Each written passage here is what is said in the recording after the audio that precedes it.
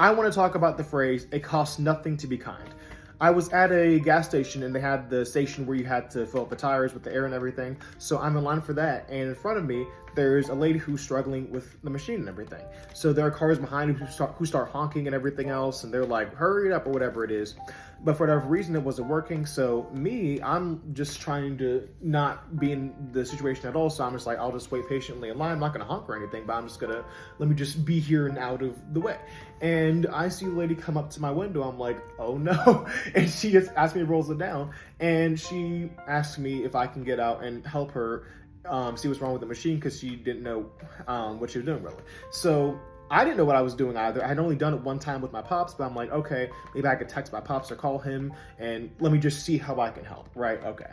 So I get out of the car, I go over, and the car is still honking. What's taking so long? I think at one point, some old man in his pickup truck drives by. He rolls down his window. What is taking so long? What are y'all doing? And it's like, oh, I think the machine's broken.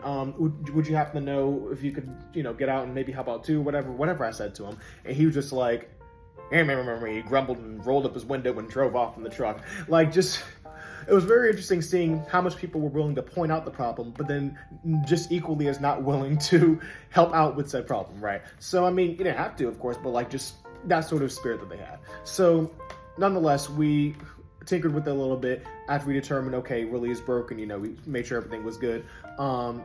We got the people to come out and they were like, okay, yeah, the machine's broken, we'll fix it later. And then we ended up having to drive off. But I feel the moral of that story is, even though the tires didn't get fixed, that was still a situation where, there was someone there that needed help. I personally didn't know what I was doing either, but just the act of me stepping out to go see what I could do, calling my pops to maybe get some insight as well, and just helping someone out in that situation, because we've all found ourselves in situations where we just don't really know what we're doing, and it's scary having other people yelling back at us and all that stuff.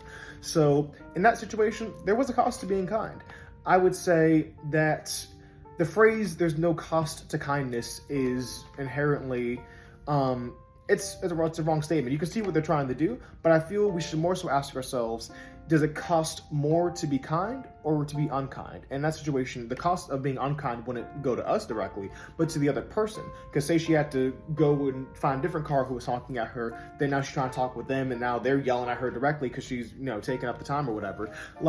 That could have gone a bunch of different ways. I just so happened to be, a person who wasn't honking and happened to be the first person she went to. So it's just a lot of things, right? But I feel we should really think, whenever we can be kind, we should.